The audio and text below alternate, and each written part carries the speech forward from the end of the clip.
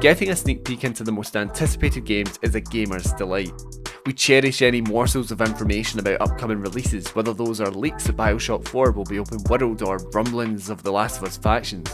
But sometimes the best way to get our blood pumping is with some good old-fashioned gameplay. Except, maybe it isn't. Across the years there's been a growing distrust between developers and gamers as what we are shown and what we get can and often are two vastly different things. Well, after years of lies, deception, or just lofty ambitions, along with the return of E3 this summer, we thought it was about time that we take a look at some of the best gaming reviews to discuss just how well their first impressions held up. Welcome to Retroactive Reviews.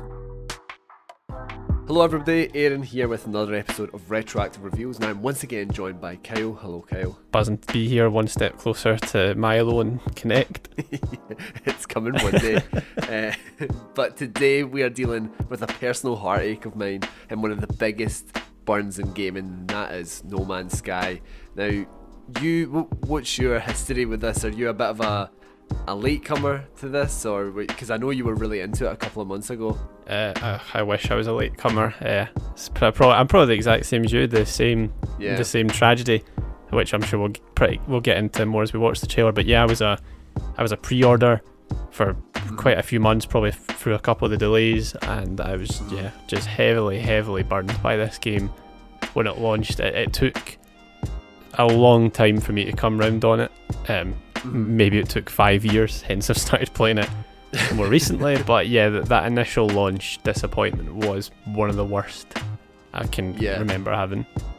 I don't think I've ever been burned so badly, because there was just something about this game from the moment I saw it. I actually remember saying to my friends, it looks too good to be true, which obviously at the time was actually the case, and I ended up buying 2 copies of this. I had the day off work. Oh my God. And pre-ordered it, and Amazon then let me down. Absolutely shat the bed. That was a sign right there. So then it was like 5 o'clock and I'm sending angry emails to Amazon, and then I just went to the local Tesco and I was like, picked it up again and then sent the other one back. But then 3 days after playing it, I traded it in. 3 days? I lasted 3 days. But anyway, we're going to jump into the 2014 gameplay reveal from E3. So yeah, I'm just going to jump into this now. But this was just a highly...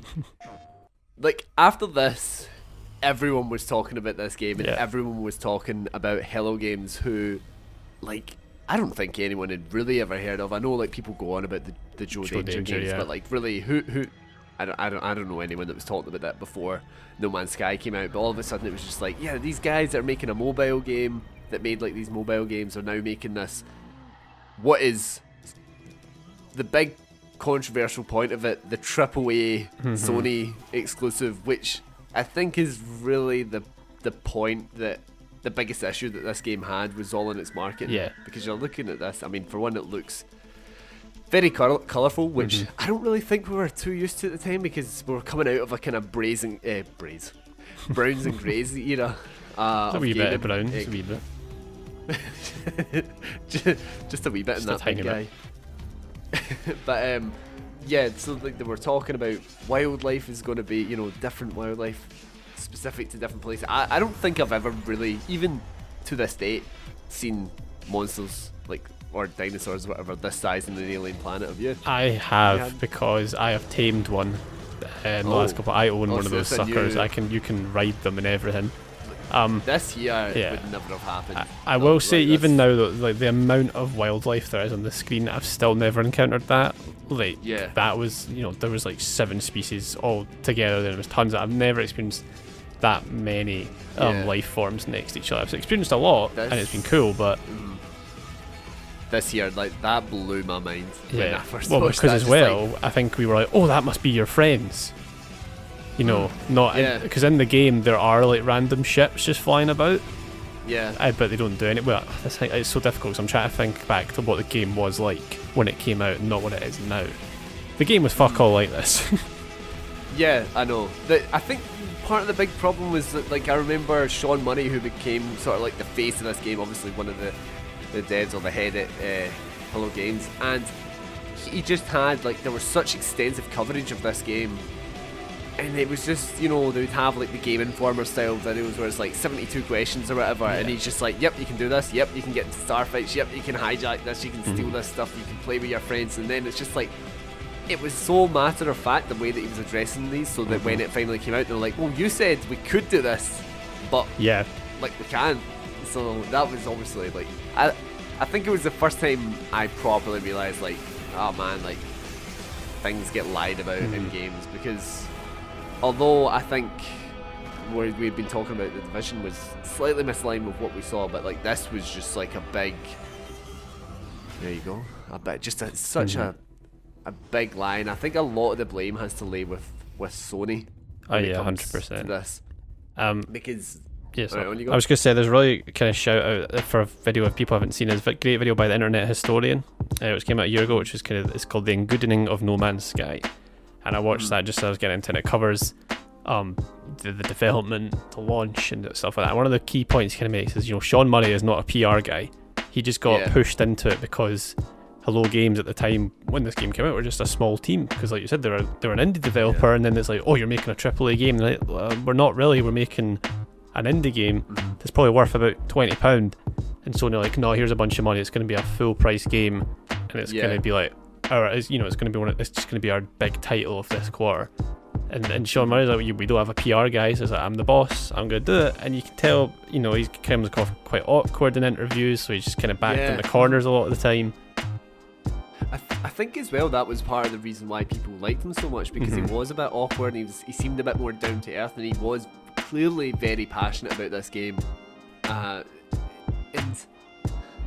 yeah, I mean, to talk about a wee bit of the context of their team, I think there was maybe like 6 or 7 guys, and they also had a flood about halfway through production of this, where they had to completely restart, and it just seemed like they were forced into something that I don't think they were fully, they probably were thinking, oh, we're getting backed by Sony for a AAA game, because they had the premise. I think that was it. The premise on its own, being able to explore this infinite galaxy, going from planet to planet without loading and all this, was just like such an unheard of premise. And to be honest, I don't really think there's much like it still. I know I've heard wee bits and bobs, maybe a bit Elite Dangerous, but I don't know much about that game to compare it to No Man's Sky, but it was such a unique premise that people flocked towards it, and it was all of a sudden they were probably sitting at Hello Games being like, oh shit, like this has got way more attention than we expected. People are really excited for this. People are wanting all of the things that we're seeing, and I fully believe that they did intend to do them. And obviously, as we've seen, it's like gaming's biggest story of redemption, because what they've had like now 5 years. Like, can you comment much on the change of it, because I haven't dipped into it as much as you have? Yeah, so I guess what's strange for me as well, so you obviously you kind of played it and like, yeah, I give up and train it, and I put about 40 hours into the actual like 1.0 version of it, partly because I was just, I'm going to convince myself this game's good. I think, and for a while I was like, oh, this is a cool concept, but I think there is a point in the original version that you go, what now? It's just like, you know, I think you can go to the centre of the galaxy, there's nothing there, and it's like, oh my god, there is nothing to do in this game. And at that point I was so burnt, I was like, I'm calling this quits. And then there was just months of silence, and I think we got, it was like the Foundations update, and it was like, look, it's an update, and it's like, okay, it adds a couple little things.